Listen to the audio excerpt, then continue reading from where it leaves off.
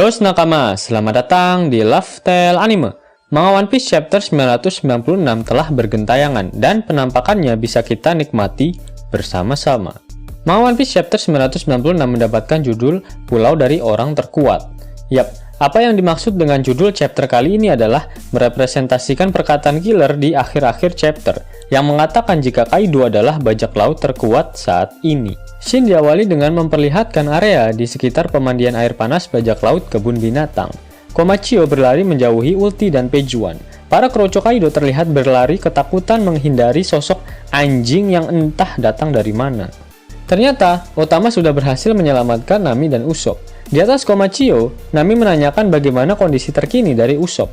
Usopp masih sadarkan diri, namun dia menjawab pertanyaan Nami dengan terbata-bata.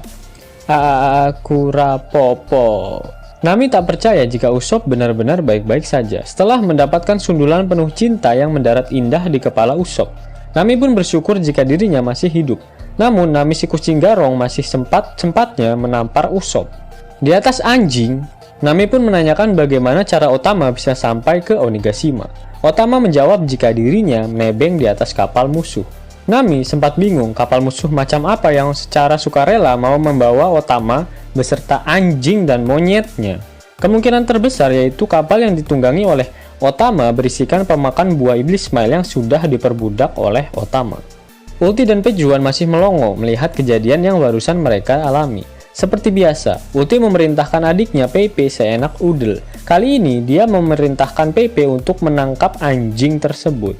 Otama tak tinggal diam, dia memerintahkan Hihimaru, monyet peliharaannya untuk menghadang pergerakan Ulti dan Pepe sebisa mungkin selama 3 menit. Hihimaru langsung menyerang Pejuan menggunakan pedangnya. Di sini Pepe kembali bingung mengapa bisa ada monyet di hadapannya. Nami merasa pesimis jika Hihimaru tak akan mampu menahan mereka, karena Nami tahu seberapa kuatnya musuh yang tadi dia hadapi. Namun Otama berkata dengan tegas, "Jangan remehkan kami, Onani-chuan. Kami datang ke sini membawa tekad seorang samurai." Shin kemudian berpindah ke area Menara Unou, tempat di mana Yamete, Momono Mesum, dan Shinobu bercengkrama dengan Sasaki serta prajuritnya. Yamato masih meliuk-liuk sembari menyerang anak buah dari Sasaki, sampai-sampai lekukan buah segar miliknya menjadi konsumsi publik, terutama para opler-opler. Sampai akhirnya Yamato rebahan akibat terkena ledakan dari salah satu tembakan anak buah Sasaki. Shinobu yang melihat Yamato sudah terkena beberapa kali tembakan dari musuh akibat melindungi dirinya dan Tuan Mesumnya pun merasa iba. Shinobu mengatakan jika Yamato adalah seorang samurai, pasti mengetahui apa yang harus dia lakukan. Shinobu meminta Yamato untuk pergi meninggalkannya dan membawa tuannya yang mesum itu dan mengamankannya. "Tidak mau," teriak Yamato. "Kozuki Oden tak akan melakukan hal senonoh seperti itu," tambah Yamato. Sasaki sudah bersiap untuk menarik goloknya. Dia berkata jika Yamato tak akan mampu mengalahkannya apabila masih melindungi orang-orang beban seperti mereka. Ya, seharusnya yang beban direport aja. Sasaki berpikir akan menjadi sia-sia apabila unit kue lapis bajanya sampai hancur di tempat seperti ini. Akhirnya Sasaki berencana untuk turun tangan dalam mengalahkan Yamato. Namun, baru mengeluarkan sepertiga golok dari sarungnya, Sasaki sangat syok melihat Yamato yang mulai berubah bentuk menjadi monster. Diawali dengan perubahan gigi Yamato yang berubah menjadi gigi taring seluruhnya. Tiba-tiba terdengar suara haca-haca. Ternyata muncul Franky yang masih bermain kejar-kejaran dengan salah satu personel boyband Numbers yang bernama Hacha. Karena kedatangan Franky ini, Yamete tak melanjutkan perubahannya. Yah, ibarat melihat video yang hanya berdurasi 19 detik. Kurang bos.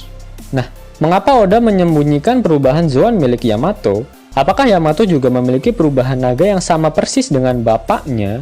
Oda pernah mengatakan jika buah iblis dengan kekuatan yang sama hanya ada satu di dunia One Piece.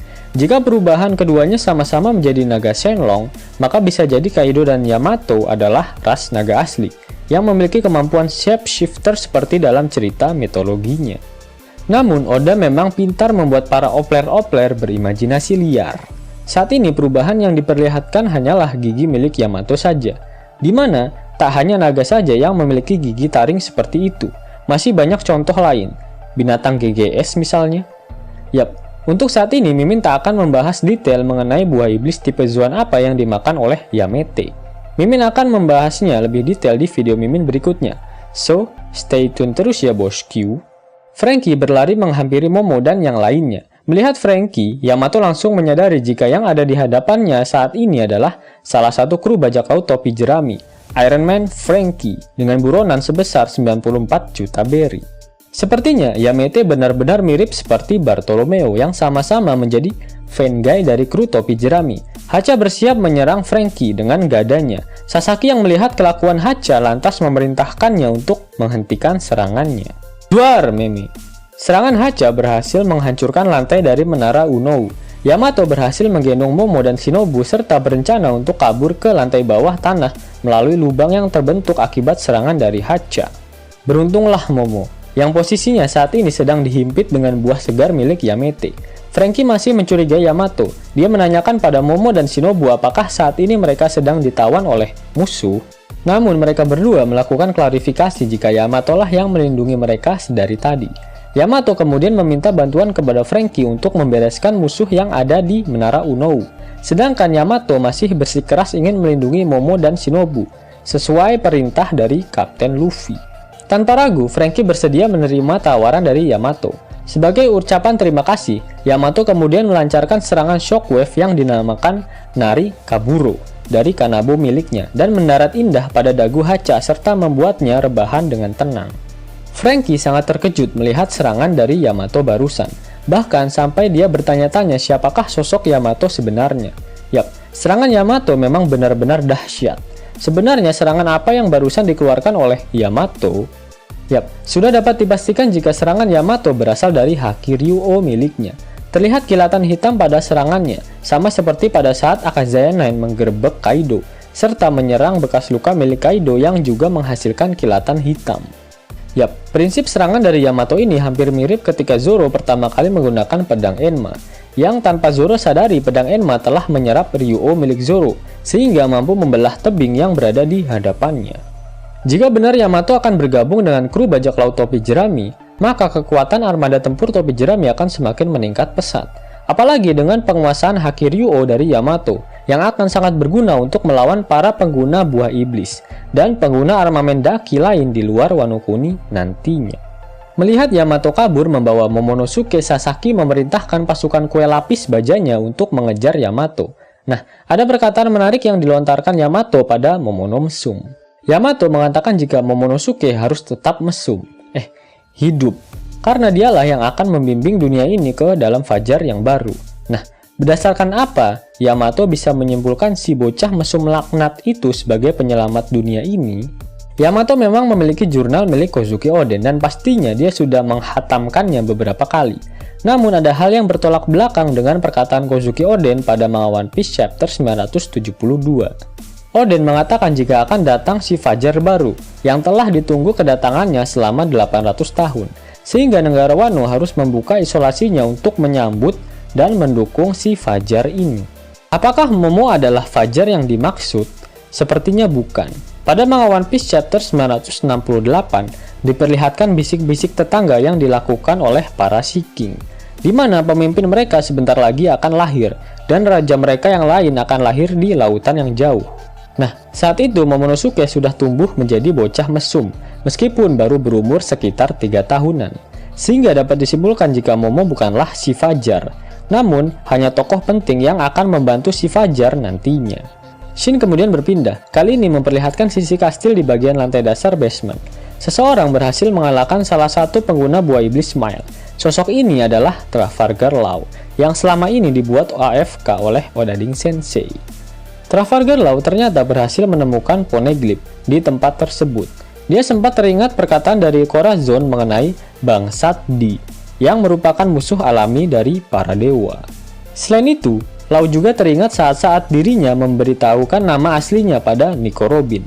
Robin terkejut mendengar nama Trafalgar di Waterloo, dan selama ini dia menyembunyikan marga di miliknya. PDKT yang dilakukan oleh Law tak berjalan dengan mulus seperti mulusnya paha milik Robin. Robin ternyata tak mengetahui dengan detail mengenai Bangsat Di yang ditanyakan oleh Law tersebut. Akan tetapi, dia juga sangat tertarik untuk mengetahuinya. Robin mengatakan jika satu-satunya cara untuk menemukan jawaban law tersebut adalah dengan cara mengumpulkan keempat Road Poneglyph. Itu artinya mereka harus berhadapan dengan para Yonko. Bersamaan dengan berakhirnya flashback tersebut, Law menyadari jika Poneglyph yang berada di hadapannya bukanlah Road Poneglyph yang dikatakan oleh Nico Robin. Setelah Law bersumpah atas nama Corazon, jika dia harus menemukan dan mengetahui dari takdir terkutuknya tersebut.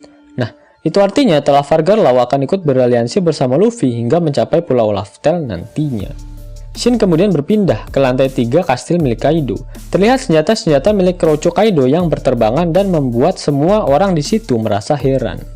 Ternyata itu semua adalah ulah dari Eustace Captain Kidd. Kidd dan Killer kembali diperlihatkan setelah sempat AFK dalam beberapa chapter. Kidd berlari menuju ke atap Onigashima sambil memulung semua besi-besi rongsokan yang ada di kastil milik Kaido, dan dia tempelkan pada lengannya yang putus. Kidd pun berkata pada Killer apakah semua ini berlebihan. Killer pun menanggapinya dengan santai. Jika saat ini lawan yang akan mereka hadapi adalah bajak laut terkuat di dunia, jadi tak akan ada persiapan yang berlebihan. Shin kemudian berpindah ke atap Onigashima. Seperti apa yang Mimin prediksikan jika Akazanen akan kesulitan ketika berhadapan dengan Kaido dalam bentuk manusianya. Terlihat Kinemon yang dibuat terbahan oleh Kaido menggunakan jurus Raimei Hakkei miliknya. Setelahnya, terlihat Denjiro yang mampu menusuk Kaido. Namun, cerot! Tak berselang lama, Kaido mampu mengatasinya.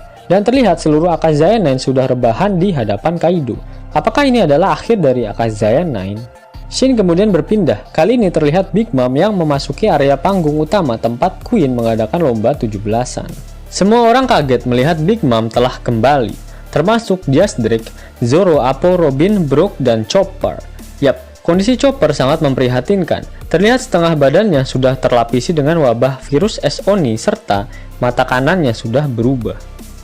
Nah, apakah Marco akan datang dan membantu menyembuhkan wabah ini? Jika memang dia mengikuti arah Big Mom pergi, pasti Marco juga akan melihat kegaduhan di panggung utama. Yap, karena Marco the Puyuh adalah seorang dokter, maka dia akan memprioritaskan untuk menangani wabah S. Oni milik Queen tersebut.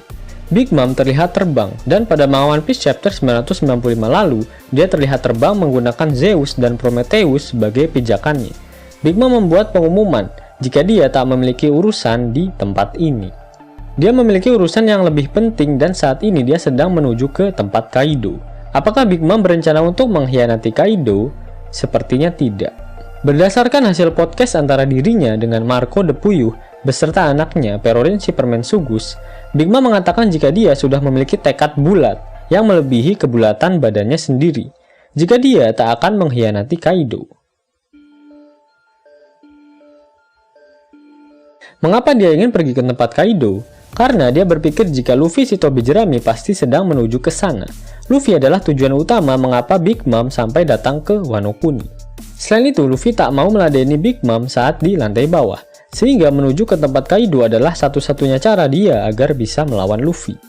Shin kemudian berpindah, kali ini memperlihatkan lantai 2/3/4, yang merupakan tempat Luffy, Sanji, dan Jinbei berada. Terlihat mereka bertiga tengah terburu-buru agar mereka dapat sampai ke atap Onigashima, yang berada di lantai 5. Di tengah-tengah perjalanan, Sanji mendengar suara-suara desahan dari lantai 3. Akan tetapi hanya Sanji yang mendengarnya. Kemudian Sanji menutup matanya dan mendengar dengan lebih jelas suara-suara goib tersebut. Ara, jangan lakukan itu Oni-chan. Kya! Ike, kimochi na. Yap, mata Sanji langsung terbelalak. Dan sepertinya ini tanda-tanda Sanji akan mencapai klimaksnya. Benar-benar akhir yang sangat mengecerotkan untuk Sanji. Namun ada hal yang menarik untuk dibahas, yaitu mengenai Kenbunsoku Haki milik Sanji. Saat Sanji memejamkan matanya, dia mampu mendengar suara-suara goib dari lantai 3, dan sepertinya dia mampu melihat apa yang sedang mereka perbuat. Dalam SPS, Oda pun mengatakan jika Sanji memang lebih dominan dalam penguasaan Kenbunsoku Hakinya. Hal ini terbukti pada manga One Piece chapter 672. Sanji mampu menemukan bokong milik Kinemon yang berada di dalam danau saat di Panghazard. Kenbunsoku Haki memang memiliki banyak jenis, seperti Luffy yang lebih dominan untuk mengetahui emosi dan perasaan seseorang, dan Usopp serta Fujitora yang mampu merepresentasikan orang-orang dengan penggambaran aura mereka. Nah, selain melihat masa depan yang merupakan tingkat tinggi dari Kenbun Haki, kemampuan untuk menggambarkan dan memetakan sekitar meliputi orang-orang yang ada di dalamnya juga merupakan tingkatan lanjut dari Haki Kenbun. Seperti Relic, yang mampu mengetahui jumlah binatang beserta makhluk goib yang ada di Pulau Rusakaina, serta Enel yang mampu memantau seluruh pulau langit dengan Kenbun Hakinya, plus ditambah dengan kekuatan buah iblisnya.